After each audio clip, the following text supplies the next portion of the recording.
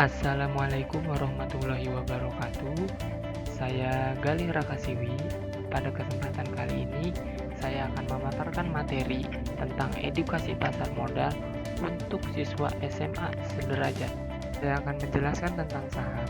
Untuk pengertian dari saham sendiri adalah bukti penyertaan atau kepemilikan seseorang dalam suatu perusahaan dalam wujud selembar kertas yang dikeluarkan oleh perusahaan dan menyatakan bahwa pemilik kertas yang namanya tercantum dalam surat tersebut adalah pemilik perusahaan sesuai dengan porsi beberapa persen atau beberapa banyak penyertaan yang ditanamkan di perusahaan tersebut. Oleh karena itu, jika kalian memiliki saham, maka kalian akan dianggap sebagai owner atau salah satu dari pemilik saham tersebut, tergantung dari seberapa besar porsi kepemilikan saham kalian di suatu perusahaan tersebut. Dan harga dari masing saham ini juga bermacam, tergantung kondisi perusahaan masing-masing. Lantas, langkah awal kita untuk bisa bermain saham adalah dengan terlebih dahulu mendaftarkan diri kita dengan membuka rekening pada perusahaan saham atau perusahaan sekuritas. Karena kita sebagai investor individual tidak bisa langsung begitu saja jual beli saham, melainkan ada prosedurnya. Kita butuh perusahaan tersebut yang menjadi perantara kita untuk bertransaksi di rantai Bursa Efek Indonesia.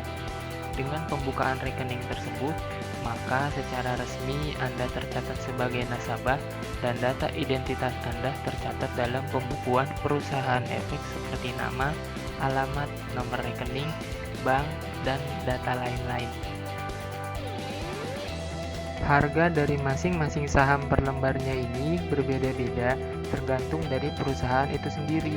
Namun, dalam pembelian suatu saham ini memiliki pembelian minimal, yaitu setiap pembelian suatu saham perusahaan tertentu diharuskan sedikitnya membeli satu lot atau 100 lembar saham. Untuk jadwal transaksi saham yang ada di Bursa Efek Indonesia berlaku pada hari kerja yang perharinya itu terdiri dari 2 sesi. Untuk sesi pertama pada hari Senin sampai Kamis dimulai dari jam 9 hingga jam 12 dan pada hari Jumat dimulai dari jam 9 hingga jam 11.30. Dan untuk sesi kedua pada hari Senin sampai Kamis dimulai pada pukul 13.30 hingga pukul 16 dan pada hari Jumat pada pukul 14 hingga pukul 16.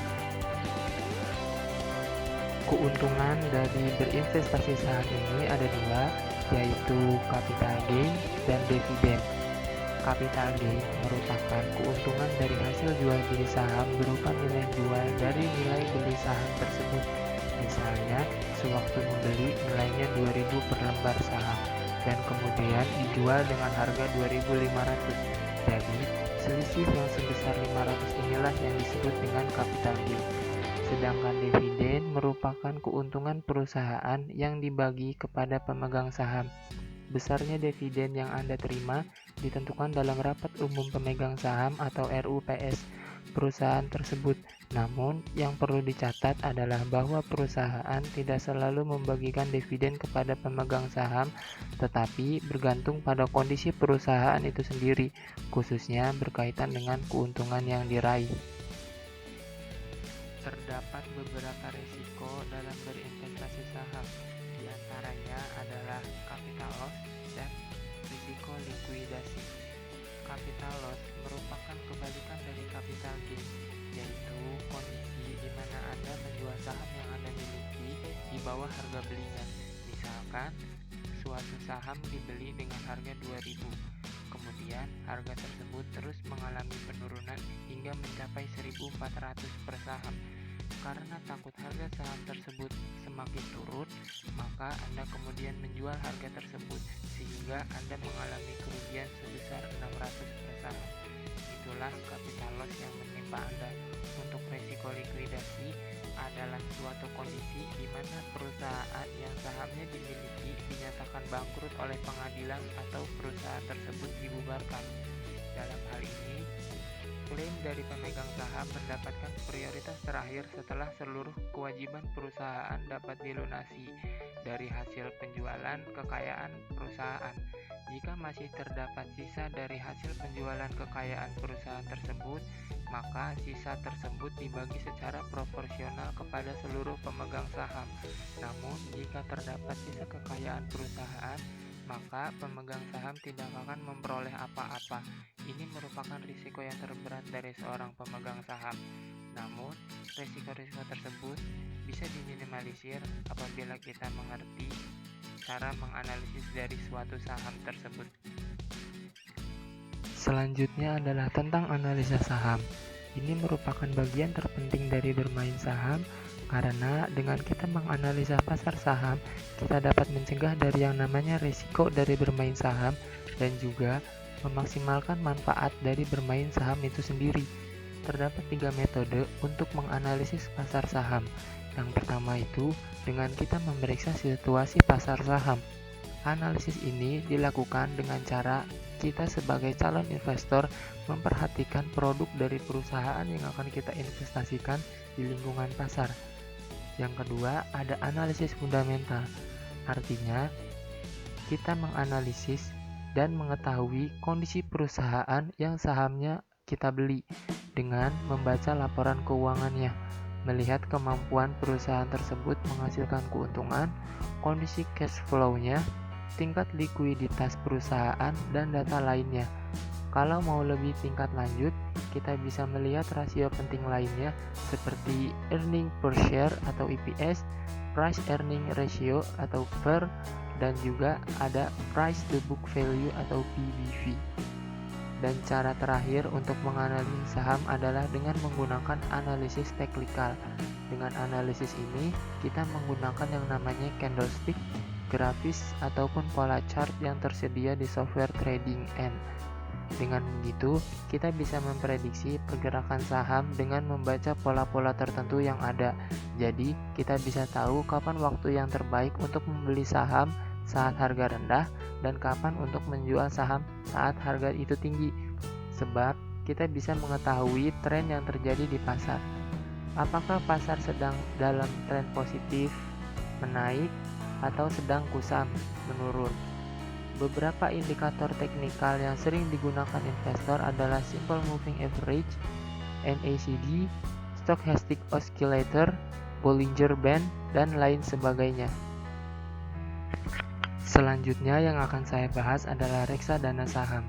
Reksadana merupakan salah satu alternatif investasi bagi masyarakat pemodal, khususnya pemodal kecil dan pemodal yang tidak memiliki banyak waktu dan keahlian untuk menghitung risiko atas investasi mereka. Reksadana dirancang sebagai sarana untuk menghimpun dana dari masyarakat yang memiliki modal, mempunyai keinginan untuk melakukan investasi, namun hanya memiliki waktu dan pengetahuan yang terbatas. Selain itu, reksadana juga diharapkan dapat meningkatkan peran pemodal lokal untuk berinvestasi di pasar modal Indonesia. Umumnya, reksadana diartikan sebagai wadah yang dipergunakan untuk menghimpun dana dari masyarakat pemodal untuk selanjutnya diinvestasikan dalam bentuk portofolio efek oleh manajer investasi. Dengan demikian, dana yang ada dalam reksadana merupakan dana bersama para pemodal, sedangkan manajer investasi adalah pihak yang dipercaya untuk mengelola dana tersebut. Selain itu juga ada yang namanya obligasi. Obligasi adalah surat utang yang diterbitkan oleh penerbit obligasi kepada pemegang obligasi, beserta perjanjian untuk membayar kembali pokok utang beserta kupon bunganya pada waktu yang ditentukan. Keuntungan yang didapat dari investasi obligasi adalah kupon yang terbagi dari kupon fix dan floating.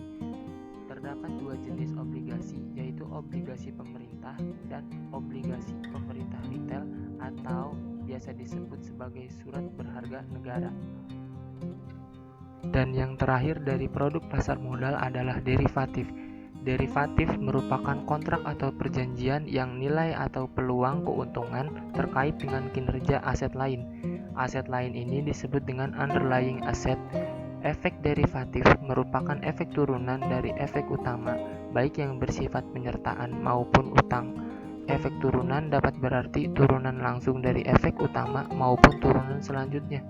Dalam pengertian yang lebih khusus, derivatif merupakan kontrak finansial antara dua atau lebih pihak-pihak guna memenuhi janji untuk membeli atau menjual aset atau komoditi yang dijadikan sebagai objek yang diperdagangkan pada waktu dan harga yang merupakan kesepakatan bersama antara pihak penjual dan pihak pembeli. Adapun nilai di masa mendatang dari objek yang diperdagangkan tersebut sangat dipengaruhi oleh instrumen induknya yang ada di spot market.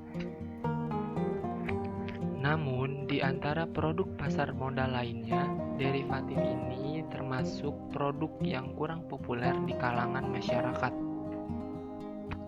Berikut akan saya paparkan tentang manfaat bagi para siswa apabila mengikuti kegiatan pasar modal ini. Yang pertama adalah mengurangi sifat konsumerisme, karena adik-adik akan lebih memilih menggunakan uangnya untuk diinvestasikan sehingga dapat mengendalikan sifat borosnya. Yang kedua itu mendapatkan keuntungan, karena dalam berinvestasi, adik-adik akan mendapatkan keuntungan dalam bentuk dividen dan capital gain. Selain itu, pasar modal ini menjadi alternatif bagi para siswa yang tidak pandai berjualan untuk mendapatkan uang jajan tambahan. Selanjutnya, ada berlatih mengatur keuangan, karena dengan kita mengikuti pasar modal ini, kita bisa mengatur porsi-porsi uang yang kita punya untuk keperluan pribadi dan juga untuk keperluan investasi. Dan yang terakhir adalah menambah pengetahuan, karena dengan mengikuti pasar modal ini, siswa jadi bisa belajar menganalisis pasar modal dan segala pendekatan yang ada di dalamnya. Selain itu juga, ilmu yang didapat dari berinvestasi pasar modal ini sangat berguna untuk masa depan siswa, sehingga ilmu tersebut akan sangat bermanfaat untuk adik-adik pelajari untuk masa depannya. Sekian dari materi yang bisa saya sampaikan. Mohon maaf apabila terdapat banyak kesalahan dan kekurangan. Saya ucapkan banyak terima kasih atas atensi dan kesempatannya. Saya akhiri. Wassalamualaikum warahmatullahi wabarakatuh.